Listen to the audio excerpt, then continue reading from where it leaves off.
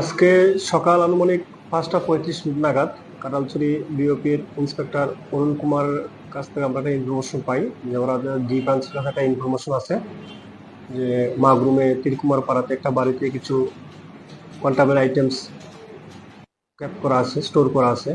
ওই ভিত্তিতে আমরা ইনফরমেশনটা আমরা হায়ার অথরিটি শেয়ার করে আমরা ভোলানাথ এসআই ভোলানাথ শীল এবং আমরা অন্যান্য স্টাফ সহ বিএসএফ এর সঙ্গে আমরা মাগুম তিরকুমার পাড়াতে গিয়ে বাড়িটা কর্ডন করি এবং এক্সিকিউটিভ ম্যাজিস্ট্রেট এসডিপিও এবং আমাদের লোকাল কিছু উইটনেসের সাহায্যে বাড়িটা চার্জ করার পরে বাড়ির যে খাট ছিল খাটের নিচ থেকে আমরা আবার 6 বান্ডিল শুকনো গাছ আমরা পাই।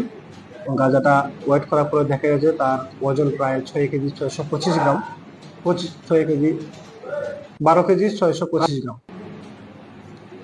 আমরা এগুলা প্রসেস মতো এনডিপিএস এর যে প্রসিজার সেই প্রসিজার মতো আমরা সিজ করি এবং বাড়ির যে মালিক একজন ওমেন ওনাকে আমরা অ্যারেস্ট করে থানাতে নিয়ে আসি এবং আমরা একটা স্পেসিফিক কেস রেজিস্টার করেছি এবং বাড়ির মালিককে আমরা আজকে কোর্টে প্রেরণ করবো আদালতের কাছে।